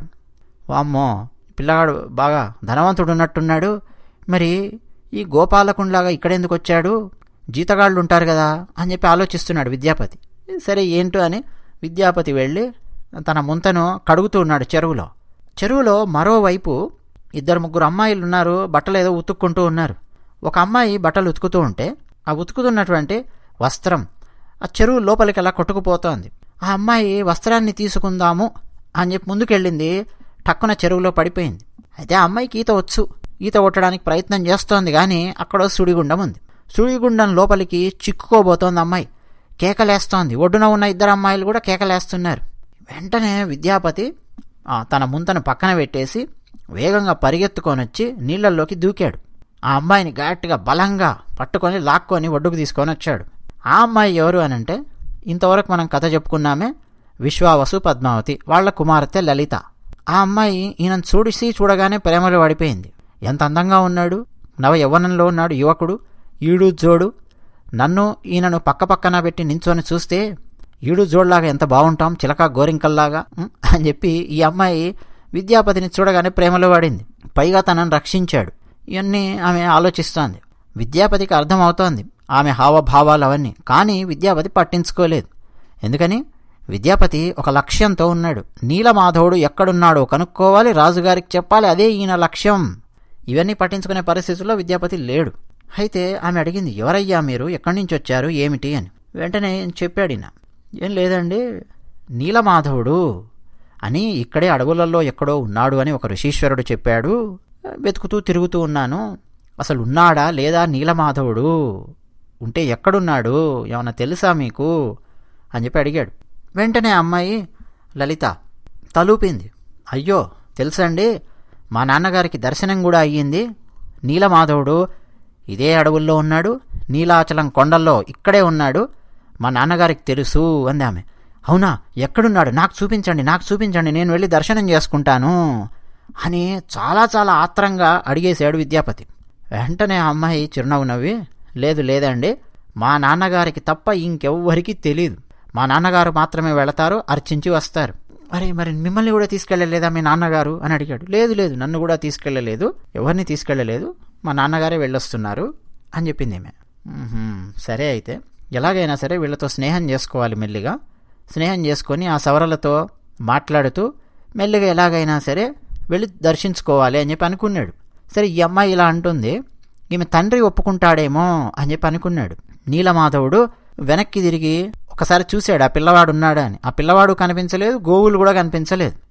ఇంత వేగంగా ఈ పిల్లవాడు ఎక్కడికి వెళ్ళిపోయాడు ఈ గోవులను తీసుకొని అని చెప్పి విద్యాపతి ఆలోచించాడే తప్ప శ్రీకృష్ణుడు బాలుని రూపంలో వచ్చి, గోపాలకుని రూపంలో వచ్చి తనకు దారి చూపించాడు అన్న విషయం అర్థం చేసుకోలేకపోయాడు విద్యాపతి. ఇక ఈ విద్యాపతి, ఈ అమ్మాయి, ఇక వీళ్ళిద్దరూ విశ్వావసు వీళ్ళందరూ ఉండే గూడానికి వచ్చారు. ఎందుకంటే ఆ అమ్మాయి ఈయనను తీసుకొని వచ్చింది. మీరు నన్ను రక్షించారు, మా తల్లిదండ్రులకు పరిచయం చేస్తాను, రండి, మా ఆతిథ్యం స్వీకరించండి, ఆ తర్వాత మీరు ఎక్కడికి వెళ్తారో వెళ్దురు కానీ అని చెప్పి తీసుకొని వచ్చింది. కానీ ఆ అమ్మాయి ఆసక్తి ఏంటంటే ఈయనను ప్రేమించింది, మరి కాసేపు చూస్తూ ఉండొచ్చు అని చెప్పి ఆమె ఉద్దేశ్యం. సరే, ఈ విద్యాపతి వాళ్ళ ఇంటికి వచ్చాడు. ఆయనకు ఆతిథ్యం ఇచ్చారు, తమ కుమార్తెను రక్షించినందుకు కృతజ్ఞతలు చెప్పారు. ఆ తర్వాత మెల్లిగా ఈయన అడిగాడు, ఏమండి ఈ అడవులలో నీలమాధవుడు అని చెప్పి ఉన్నాడు అని తెలిసింది, ఋషీశ్వరులు చెప్పారు, మరి ఎక్కడున్నారు ఏంటి అని. వెంటనే ఈయన విశ్వావసు, ఉన్నాడండి, నేనే వెళ్ళి అర్చించి వస్తూ ఉన్నాను, శ్రీమన్నారాయణుడు నాకు దర్శనమిచ్చాడు, నీలమాధవుడు చతుర్భుజాలతో విగ్రహ రూపంలో దర్శనమిచ్చాడు, నేను వెళ్ళి వస్తూ ఉన్నాను, ఇతరులను ఎవరిని నేను తీసుకొని వెళ్ళలేదు అని చెప్పి ఆయన విద్యాపతిని తీసుకొని వెళ్ళడానికి ఆసక్తి అయితే చూపించలేదు. ఎవరు? విశ్వావసు. ఈ విషయం విద్యాపతికి అర్థమయ్యింది. సరే, విద్యాపతి ఇక బలవంత పెట్టలేదు. సరే అని చెప్పి అక్కడే సవరల దగ్గర ఉన్నాడు. ఉండి ఇక ఈ అమ్మాయి విద్యాపతిని ప్రేమించింది కదా, విద్యాపతి కూడా నేను కూడా నిన్ను ప్రేమిస్తున్నాను అని చెప్పాడు. ఇద్దరు అలా అడవులలో తిరుగుతూ సంతోషంగా కాలం గడుపుతూ ముచ్చట్లు చెప్పుకుంటూ ఉన్నారు. విద్యాపతి ఆసక్తి ఏంటంటే ఈ అమ్మాయిని వివాహం చేసుకొని తద్వారా ఏమన్నా నీలమాధవుడిని చూడడానికి ప్రయత్నం చేయగలనా అని చెప్పి ఆలోచన విద్యాపతికి. తర్వాత ఇద్దరు ఒకరినొకరు ప్రేమించుకున్నారు అన్న విషయము ఈ సవరల రాజు ఆయనకు విశ్వావసుకు తెలిసింది. ఇప్పుడు ఏమమ్మా నీకు పెళ్లి చేస్తాను కానీ ఇతను ఇక్కడ ఉంటాడు అని చెప్పి నువ్వు అనుకుంటున్నావా ఇతనేమో బ్రాహ్మణుడు, నగరం నుంచి వచ్చాడు, మనమేమో సవరలం, మనం అరణ్యాలలో ఉంటాం. వివాహం చేసుకుంటే ఇక్కడే ఉంటాడని చెప్పి నువ్వు అనుకుంటున్నావా? లేదు లేదు వద్దమ్మా అని చెప్పి తండ్రి చెప్పాడు, వారించాడు. కానీ ఆమె వినలేదు. విద్యాపతి లేదు లేదు లేదు, నేను మోసం చేసేవాడిని కాదు, ఫలానా ఇంద్రద్యుమ్న మహారాజు గారి దగ్గర ఉంటాను నేను, నన్ను నమ్మండి అని మొత్తానికైతే వాళ్ళకి నమ్మకాన్ని కలిగించాడు. ఇతని వినయము, ఇతని భక్తి ప్రపత్తులు, ఇతను మాట్లాడే విధానము అవన్నీ అయితే నచ్చాయి. ఆ తల్లిదండ్రులకు, ఆ పక్కనున్న పెద్దవాళ్ళకు కూడా నచ్చాయి. పిల్లవాడు మంచివాళ్ళ ఉన్నాడండి, ఏం కాదు చేసేయండి అని చెప్పి అన్నారు. మొత్తానికి ఈ విద్యాపతి, ఆ లలిత వాళ్ళిద్దరికి వివాహం జరిగింది. ఇప్పుడు అల్లుడయ్యాడు కదా, ఇక మొదలెట్టాడు. ఏం మొదలుపెట్టాడు? ఎలాగైనా మీ నాన్నకు చెప్పు, నాకు నీలమాధవుని దర్శనం కావాలి. ఇక్కడ నీలమాధవుడు ఉన్నాడు అని తెలిసినప్పటి నుంచి నా మనసులో లేదు. ఒక్కసారి నేను దర్శించుకుంటాను, ఒక్కసారి నేను దర్శించుకుంటాను అని ఇక భార్య దగ్గర కూర్చొని ఒకటే అడగడం మొదలుపెట్టాడు. లేదండి, అది కాదండి చెప్తోంది భార్య. మళ్ళీ ఒక 2-3 రోజులైన తర్వాత మళ్ళీ అడుగుతూ ఉన్నాడు. ముభావంగా ఉంటున్నాడు. మామూలుగా పెళ్ళైన తర్వాత ఏం చేస్తారండి ఈ రోజుల్లో? హనీమూన్ అని చెప్పి అంటారు కదా, ఎక్కడో వెళ్తుంటారు కదా, ఊటీలో కోటీలో ఎక్కడెక్కడికి వెళ్తున్నారో ఇప్పుడు, కానీ వెళ్తుంటారు కదా. అలా సరదాగా పాటలు పాడుకుంటూ, సరదాగా ఆనందిస్తూ, భవిష్యత్తు గురించి కలలు కంటూ, ఏదో సరదాగా మాట్లాడుకుంటూ ఉండాలని చెప్పి మా అమ్మాయి అనుకుంటోంది. అది చాలా సహజం. ఇతనేమో ముభావంగా ఉంటున్నాడు. ఏదో ఏడుపు మొహం పెట్టుకొని కూర్చున్నావు ఏంట్రా అని చెప్పి అంటారు చూడండి ఇంట్లో, అలా కూర్చున్నాడు. కానీ ఇతను ఏడుపు మొహం పెట్టుకొని కూర్చుంటున్నది దేనికోసము? ఏదో వస్తువు కోసం కాదు, వరకట్నం కోసం కాదు. నాకు బైక్ ఇవ్వలేదు మీ డాడీ, నాకు ఫెరారీ కార్ కావాలి, రోలెక్స్ వాచ్ కావాలి, లేకపోతే ఐఫోన్ కావాలి లేటెస్ట్ మోడల్, ఇవి కాదు కదా ఈయన బాధ. నీలమాధవుడిని దర్శించాలి, మహారాజు గారు ఈయనను పురమాయించారు కదా, దానికోసం వచ్చాడు. అది ఈయన బాధ. ఇక భార్య దగ్గర పదే చెప్తూ ఉన్నాడు. ఇక ఈమె తండ్రి దగ్గరికి వెళ్ళి చెప్పింది, నాన్న పెళ్ళి అయితే చేశావు, మీ అల్లుడు గారు మంచివాడే, అంతా బాగానే ఉంది, కానీ ఏంటో ఆయన ఎప్పుడు చూసినా నీలమాధవుడు చూస్తాను, ఒక్కసారి చూస్తాను అని చెప్పి అడుగుతూ ఉన్నాడు. నా మాట వినండి నాన్న, నా మీద ఏమన్నా మీకు ప్రేమ ఉంటే ఒక్కసారి మా ఆయనని తీసుకెళ్ళి నీలమాధవుడిని దర్శనం చేయించండి, చూపించండి ఆ నీలమాధవుడిని మా ఆయనకు అని చెప్పి అడిగింది. ఇక ఈయన ఆలోచనలో పడ్డాడు.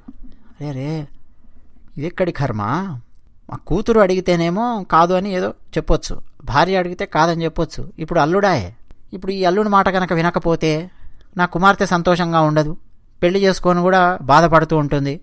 అల్లుడు సవ్యంగా కాపురం చేస్తాడో లేదో తెలియదు, కోపం వచ్చి వెళ్ళిపోతాడో, ఎందుకు ఈ బాధ? సరే ఒకసారి తీసుకెళ్ళి చూపిద్దాం. కానీ శ్రీమన్నారాయణుడు ఏమంటాడో తెలీదు, ఆయనకి ఇష్టం ఉంటే ఆయన దర్శనమిస్తాడు, లేదంటే శ్రీమన్నారాయణుడు నన్నేమన్నా శిక్షించాడనుకో, ఆ శిక్ష కూడా ఏదో పడతాను, ఏముంది, ఇలా ఆలోచించుకున్నాడు. అంటే ఈయన ఆలోచన ఏంటంటే శ్రీమన్నారాయణుని అనుమతి లేదు కదా ఇప్పటి వరకు, నువ్వు ఎవరినైనా సరే లోపలికి తీసుకురావచ్చు అని. అందువల్ల ఈయన ఇప్పటి వరకు ఎవరిని కూడా లోపలికి తీసుకొని వెళ్ళలేదు. కానీ ఇప్పుడు చూడండి పరిస్థితి, కుటుంబాలంటే ఇలాగే ఉంటాయండి. కాన్ఫ్లిక్ట్స్ అంటాం, కాన్ఫ్లిక్ట్ మేనేజ్మెంట్.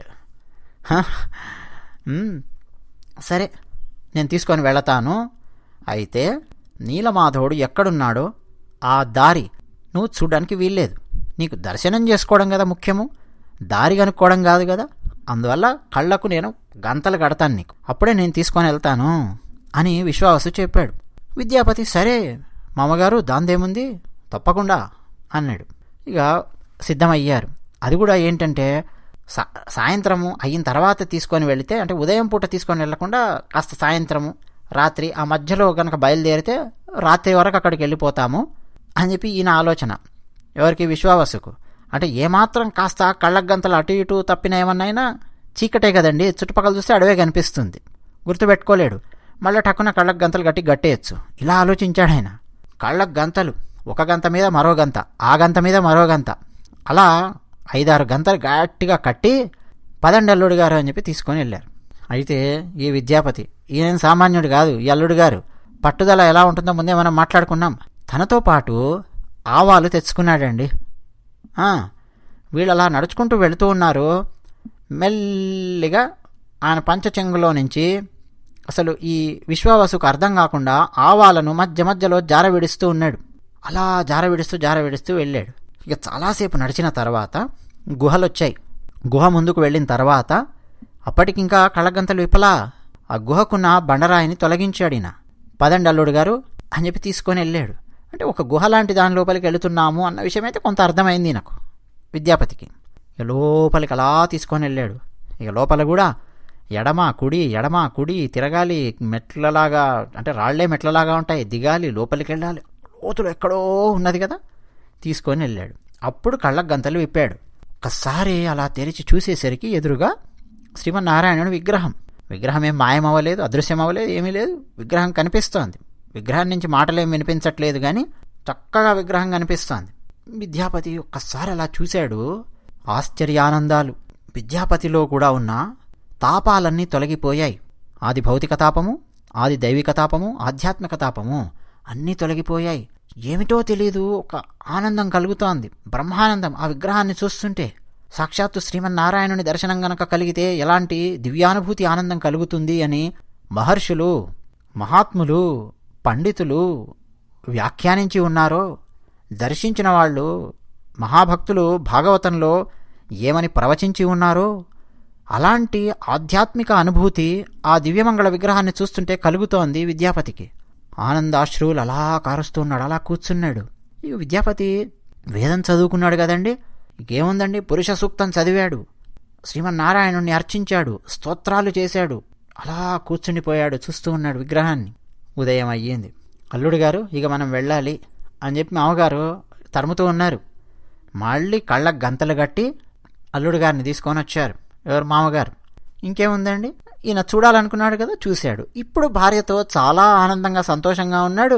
ఇక ఇద్దరు చట్టాపట్టాలు వేసుకుంటూ పాటలు పాడుకుంటూ ఆనందంగా గెంతులేస్తూ పాటలు పాడుతూ అలా తిరుగుతూ ఉన్నారు అడవుల్లో. చెట్టు పుట్ట అని సరదాగా అలా తిరుగుతూ మాట్లాడుకుంటూ భవిష్యత్తు గురించి, మనకు పిల్లవాడు పుడితే ఏం పేరు పెడదాం, అమ్మాయి పుడితే ఏం పేరు పెడదాం, ఇక ఇవే కదా ముచ్చట్లు, హనీమూన్ ముచ్చట్లన ఇలాంటి ముచ్చట్లు మాట్లాడుకుంటూ సరదాగా తిరుగుతూ ఉన్నారు. ఈయన విద్యాపతి సామాన్యుడు కాదు. మెల్లిగా మామగారికి అత్తగారికి చెప్పాడు, నేను మా తల్లిదండ్రులను చూసి వస్తానండి నగరంలో, వాళ్ళకి చెప్పొస్తాను, నేను ఇలా వివాహం చేసుకున్నాను అన్న విషయం కూడా వాళ్ళకి తెలియదు కదా, నేను వారికి చెప్పి ఇక్కడొచ్చి అమ్మాయిని తీసుకొని వెళతాను అని చెప్పాడు.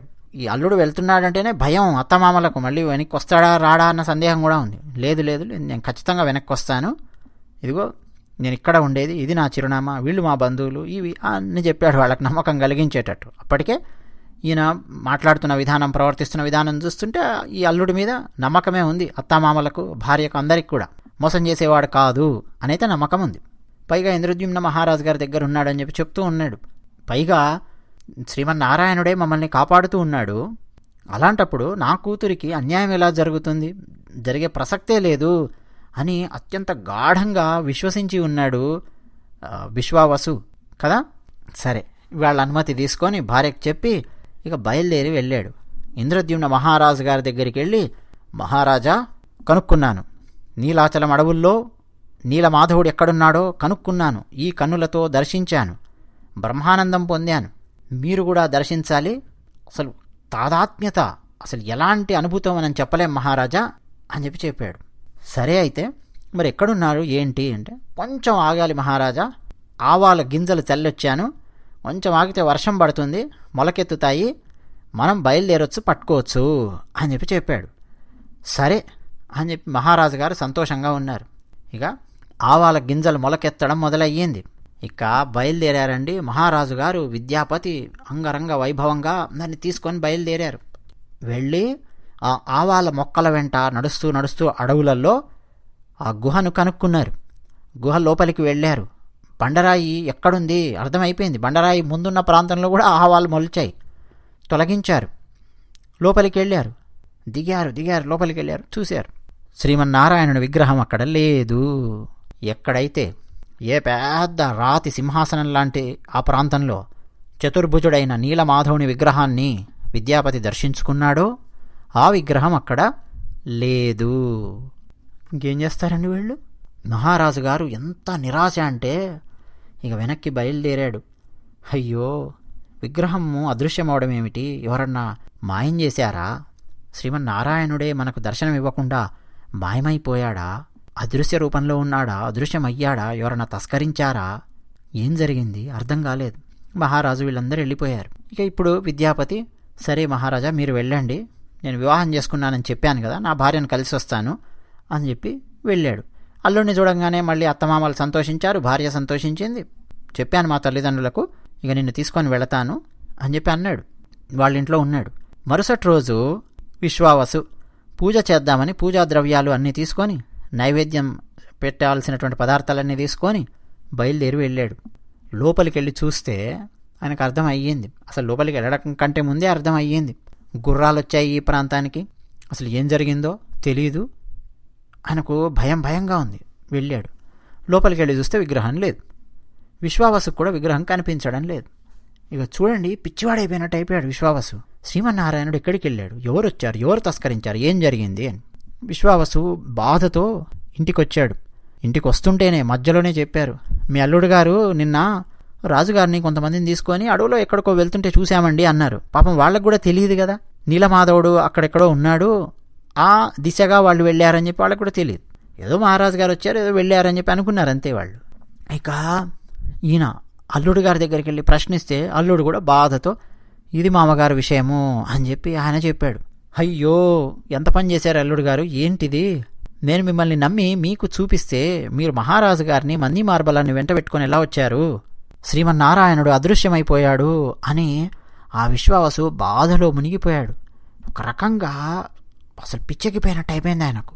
ఏంటేంటో తిరుగుతున్నాడు, చూస్తున్నాడు. ఇక ఆయన ఈ లోకంలో లేడు. మహారాజు పరిస్థితి కూడా దాదాపు అదే. ఇంత కష్టపడ్డాడు విద్యాపతి, అక్కడ అమ్మాయిని వివాహం చేసుకున్నాడు, ఆవాలు చల్లాడు, తాను స్వయంగా దర్శనం చేసుకున్నాడు.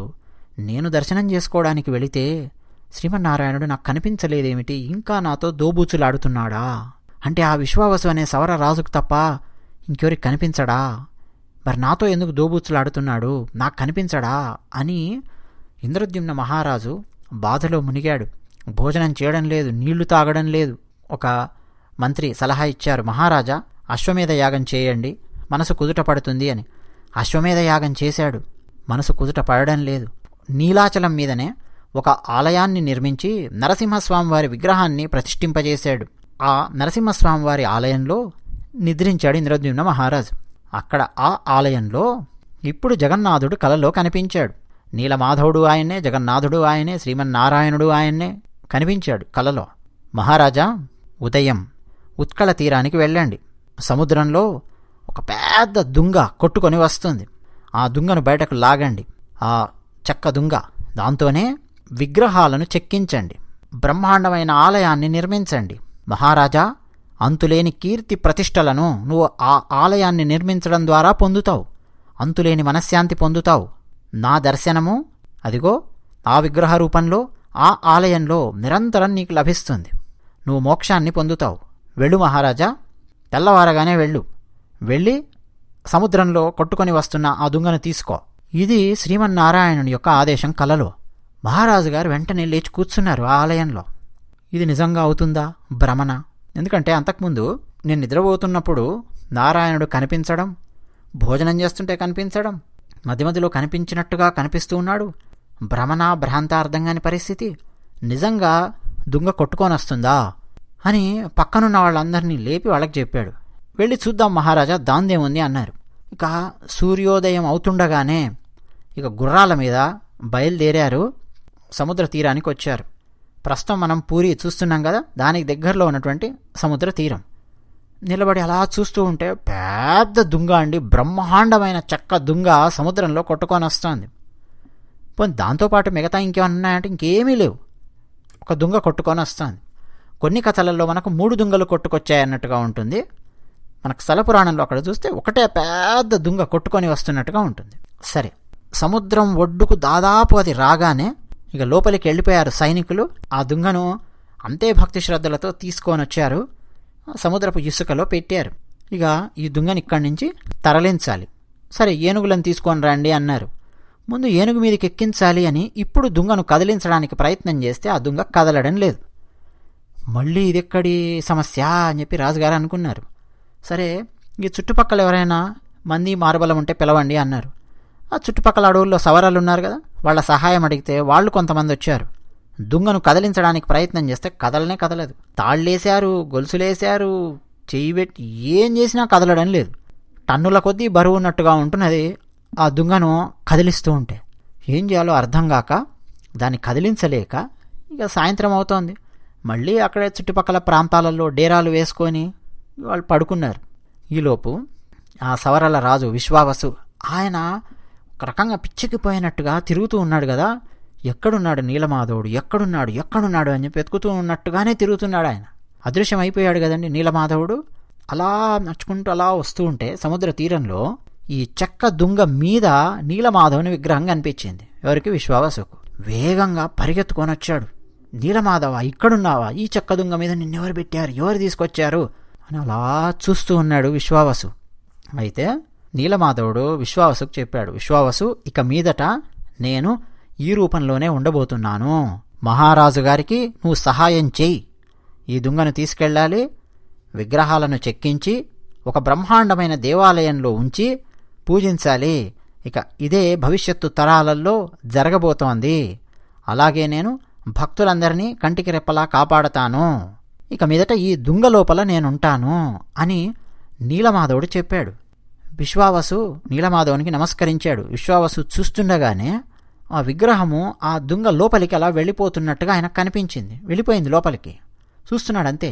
ఆ రాతి విగ్రహము దుంగ లోపలికి అలా వెళ్ళిపోవడం ఏమిటి అని చెప్పి ఏం ఆలోచించలేదు ఆయన. శ్రీమన్నారాయణుని విగ్రహం చూస్తున్నాడంతే. ఈలోపు ఆ డేరాల ముందు సైనికులు కొంతమంది ఉంటారు కదా, వాళ్ళు మహారాజు గారికి చెప్పారు. ఎవరో ఒక వ్యక్తి సవరాలలో ఒక ఆయన అక్కడ నిలబడి మాట్లాడుతున్నట్టుగా అనిపిస్తోంది. మహారాజా దుంగ దగ్గర నిలబడి ఎవరో ఆయన అని చెప్పి అన్నారు. వెంటనే మహారాజు గారు మరి కొంతమంది అక్కడి దాకా వచ్చారు. ఈలోపు విద్యాపతి ఆయన అక్కడే ఉన్నాడు కదా. ఈయన మా మామగారు మహారాజా, ఈయన కూతురుని నేను వివాహం చేసుకున్నది, సవరల రాజు ఈయన విశ్వావసు గారు అని చెప్పి పరిచయం చేశాడు. ఇప్పుడు విశ్వావసు చెప్పాడు, మహారాజా నీలమాధవుని విగ్రహాన్ని నేను ఈ దుంగ మీద చూశాను. నీలమాధవుని ఆదేశం ఏమిటంటే ఇక మీదట ఈ దుంగలోనే ఉండిపోతాడు. మీరు బ్రహ్మాండమైన ఆలయాన్ని నిర్మించి చక్కగా విగ్రహాలను చెక్కించి ఈ దుంగతో ఆ ఆలయంలో ప్రతిష్ఠింపజేస్తే ఇక అక్కడి నుంచి భక్తులందరినీ కాపాడతాను అని స్వామివారు చెప్పారు అని విశ్వావసు ఇంద్రద్యుమ్న మహారాజుకు చెప్పాడు. మహారాజు ఎంతో సంతోషించారు. ఈలోపు విశ్వావసు ఆ చెక్క దుంగను తన 2 చేతులతో పట్టి అలా కదిపాడు. చాలా సులభంగా కదులుతోంది ఆ చెక్క దుంగ. మహారాజు ఆశ్చర్యపోయారు. విద్యాపతి, మహారాజు, సైనికులు అందరూ సంతోషంలో మునిగిపోయారు. మహారాజు గారు విశ్వావసుకు నమస్కరించి, నువ్వు సామాన్యుడి కాదు నాయన, నువ్వు సామాన్య భక్తునివి కాదు అన్నారు. వెంటనే విశ్వావసు, మహారాజా మీరేం సామాన్యులా? ఆ శ్రీమన్నారాయణుడు మీ చేత ఆలయాన్ని నిర్మింపజేస్తూ ఉన్నాడు. ఆ ఆలయం చిరస్థాయిగా ఉండిపోతుంది. ఆ ఆలయం ఉన్నంతకాలం మీ పేరు తలుచుకుంటారు మహారాజా భక్తులు. చిరకాలం ఈ భూమండలంలో మీ పేరు నిలబడిపోతుంది అని చెప్పి విశ్వావసు కూడా అన్నాడు. ఇక ఆ తర్వాత అందరూ అక్కడ ప్రశాంతంగా నిద్రించి మరుసటి రోజు ఆ చెక్క దుంగను తీసుకొని వెళ్ళారు. రాజధానికి తీసుకొని వెళ్ళారు. ఇక ఈలోపు మహారాజా వారు శిల్పులందరినీ పిలిపించారు. ఇక ఆలయాన్ని నిర్మించాలి. ఉత్కళ తీరంలో పూరి జగన్నాథుని ఆలయం బ్రహ్మాండంగా ఉండాలి. భవిష్యత్తు తరాల వాళ్ళు చెప్పుకునే విధంగా ఉండాలి. నిర్మించండి. ఇంకా సమాలోచనలు, ఆలోచనలు, మేధోమదనము అవన్నీ నడుస్తూ ఉన్నాయి. ఆలయాన్ని ఎలా నిర్మించాలి, రాళ్ళు ఎక్కడి నుంచి తీసుకురావాలి, ఎలాంటి వింతలు విశేషాలు ఆ ఆలయంలో ప్రక్షిప్తం చెయ్యాలి, అసలు ఎలా ఉండాలి, నిర్మాణం అంటే ఎలా ఉండాలి. ఆగమశాస్త్ర పండితులు, శిల్పాచార్యులు వాళ్ళందరూ వచ్చారు. ఆలోచనలు సమాలోచనలు సాగుతున్నాయి. ఇక ఇప్పుడు ఈ చెక్క దుంగ ఉంది కదా, అయా దాన్ని తీసుకొని మరి స్వామివారి విగ్రహాన్ని చెక్కాలి కదా, చెక్కండి అని చెప్పి రాజుగారు ఆదేశించారు. కొంతమంది శిల్పులు వచ్చి ఆ చెక్కను పట్టుకొని తడిమి చూస్తూ ఉన్నారు. మీరు కార్పెంటర్స్ని ఎప్పుడైనా సరే అడగండి, వాళ్ళు చెప్తారు. అసలు కొంతమంది ఎక్స్పర్ట్స్ ఉంటారండి, వాళ్ళ నైపుణ్యము ఆ చెక్క పట్టుకోగానే చెప్పేస్తారు ఈ చెక్క బలంగా ఉందా లేదా అని.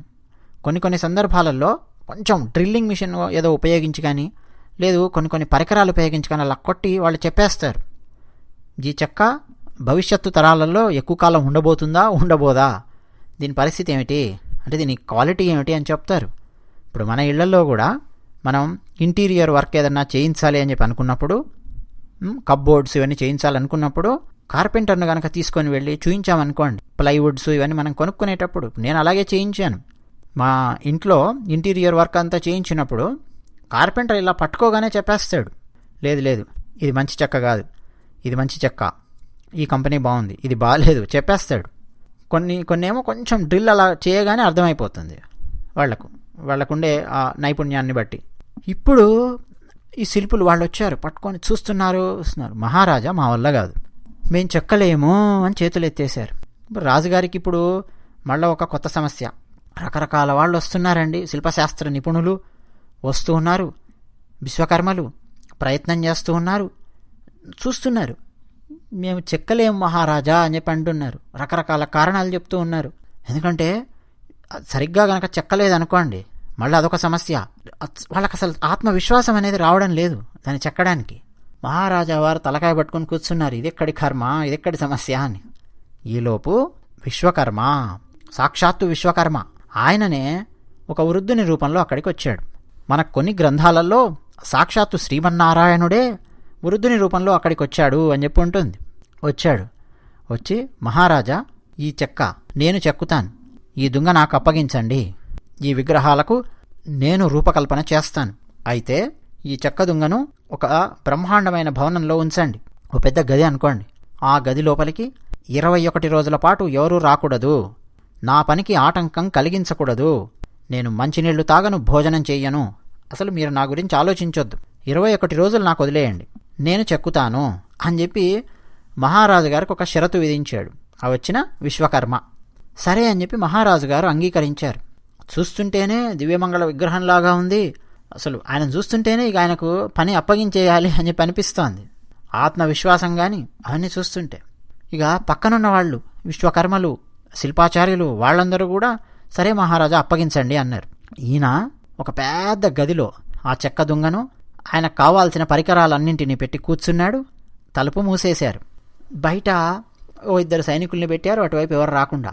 మధ్యలో మహారాజా గారు వచ్చి చూసి వెళ్ళిపోతున్నారు. మహారాజా గారి భార్యామణి రాణి గుండీచాదేవి అని చెప్పి అంటామండి. చాలా చాలా కీలకం ఈమె. జగన్నాథ రథయాత్ర జరిగినప్పుడు గుండీచాదేవి మందిరం దగ్గరే స్వామివారు ఆతిథ్యం స్వీకరిస్తారు. ఇప్పుడు పూరి జగన్నాథ రథయాత్ర గురించి మనం ఒక వీడియో చేసుకున్నాం. రథం లాగుతారు, స్వామివారిని, బలభద్రుణ్ణి, సుభద్ర వారందరినీ తీసుకొని వెళతారు. తీసుకొని వెళ్ళి ఎక్కడ పెడతారు? 10 రోజుల పాటు ఒక దగ్గర పెడతారు అని చెప్పి నేను చెప్పాను. రాణి గుండీచా మందిరం ఉంటుందండి, అక్కడ ఆతిథ్యాన్ని స్వీకరిస్తారు జగన్నాథుల వారు. ఆ తర్వాత మళ్ళీ వేరే కార్యక్రమాలు అన్నీ జరుగుతాయి. సరే, ఇప్పుడు మధ్యలో రాణిగారు వచ్చి చూసి వెళ్ళిపోతూ ఉన్నారు. లోపల నుంచి శబ్దాలు వినిపిస్తున్నాయి. రాత్రి శబ్దాలే, పగలు శబ్దాలే. టిల్ టిల్ టిల్ అని టక్ టక్ టక్ కొట్టినట్టుగా ఏంటో చేస్తున్నట్టుగా శబ్దాలు. అంటే లోపల ఏదో పని జరుగుతోంది అని అర్థం అవుతోంది. ఇలా 15 రోజుల దాకా గడిచింది. అకస్మాత్తుగా శబ్దం ఆగిపోయింది. ఏ శబ్దం లేదు గదిలో. మహారాణి గుండీచాదేవి వారు వచ్చారు, నిలబడ్డారు, వింటూ ఉన్నారు. 1 గంట, 2 గంటలు, 3 గంటలు, 4 గంటలు, 5, 6, 7, 8, 9 గంటలు గంటలు గంటలు గంటలు గడిచిపోతున్నాయి. లోపల నుంచి శబ్దమే లేదు. ఈయన ఉన్నాడా లోపల, లేడా? తిండి నీళ్లు లేక లోపలున్నాడు. బలహీనమైపోయి అంటే శారీరక బలహీనతంతో కింద పడిపోయాడా? శారీరక బలహీనతతో కింద పడిపోయాడా? పోనీ ఈ మందిరానికి ఇంకో ద్వారం కూడా ఏం లేదే బయటికి వెళ్ళడానికి? గాలాడక మరణించాడా? కావాలని పనాపాడా? ఏమైంది అని ఈమెకు 1,00,000 సందేహాలు మహారాణి వారికి. తెరవండి, తలుపు తెరవండి అని చెప్పి ఆదేశించింది. ఇక మహారాణి వారు ఆదేశించిన తర్వాత తలుపు తెరవకుండా ఎందుకుంటారు సైనికులు? తలుపు తెరిచారు. మహారాణి వారు లోపలికి వెళ్ళి చూస్తే లోపల శిల్పి లేడు.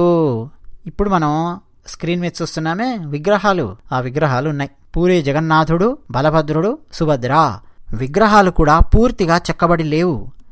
చేతులు లేవు, ఆ కాళ్ళు లేవు, సగం చెక్కిన విగ్రహాలు దర్శనమిస్తూ ఉన్నాయి. కళ్ళు మాత్రం పెద్ద పెద్ద కళ్ళు కనిపిస్తూ ఉన్నాయి. మహారాజు వారు వచ్చారు, చూశారు. ఇక మహారాజు వారి ఏడుపు కాదండి, కింద పడి ఆయన ఏడవడమే. శిల్పి ఎవరు? వారెవరో సామాన్యులు కారు. సాక్షాత్తు విశ్వకర్మ, లేకపోతే సాక్షాత్ శ్రీమన్నారాయణుడే వచ్చాడా? మనం కనిపెట్టలేకపోయాము. ఎందుకు మనం తలుపు తెరిచాము? ఒక సామాన్యమైన మానవుడు వచ్చుంటాడు, ఆయనకేదో ఇబ్బంది కలిగి ఉంటుంది అన్న మంచి ఉద్దేశంతో మనం తలుపు తెరిచాం తప్ప దురుద్దేశం కాదు. కానీ ఆదేశాన్ని పాటించి ఉంటే బాగుండేదే అని రకరకాలుగా ఆలోచిస్తూ ఏడవడం మొదలుపెట్టాడు. మహారాణి వారు ఏడవడం మొదలుపెట్టారు. ఇప్పుడు మహారాజు గారికి బ్రహ్మదేవుడు ప్రత్యక్షమయ్యాడు.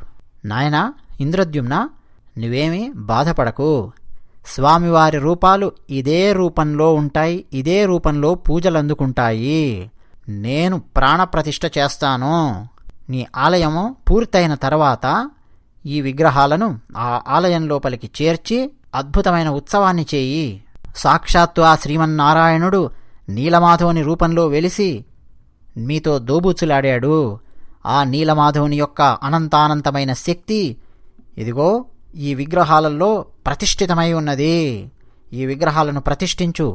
పూరీ జగన్నాథుడు అన్ని వేళలా మిమ్మల్ని కాపాడుతూ ఉంటాడు. మహారాజా, ఆ ఆలయంతోనూ ఈ పూరీ జగన్నాథుని ఈ విగ్రహాలను అక్కడ ప్రతిష్ఠించడంతోనూ నీ జన్మ చరితార్థమవుతుంది. బాధపడకు మహారాజా అని బ్రహ్మదేవుడు చెప్పాడు.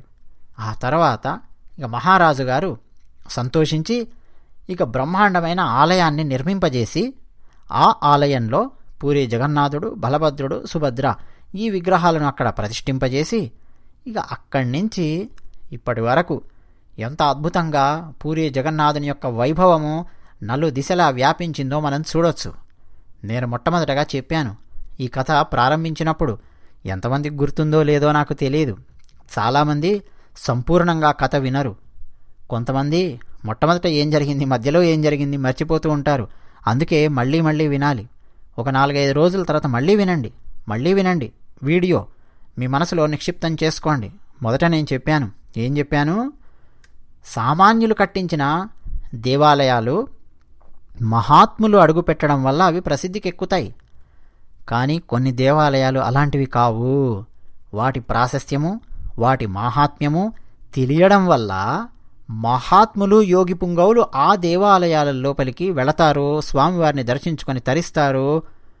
అలా మహానుభావులు ఆది శంకరాచార్యుల వారు, రామానుజాచార్యుల వారు, నింబార్కాచార్యుల వారు, శ్రీపాద వల్లభాచార్యుల వారు, ఇలా ఎందరెందరో పూరీ జగన్నాథుణ్ణి దర్శించుకొని సేవించి తరించారు. పూరీ జగన్నాథుని ఆలయం సామాన్యమైన ఆలయం కాదు. సాక్షాత్తు శ్రీమన్నారాయణుని శక్తి నిక్షిప్తమై ఉన్నటువంటి ఆలయము. ఇక అక్కడున్న వింతలు విశేషాలకు కొదువేం లేదు.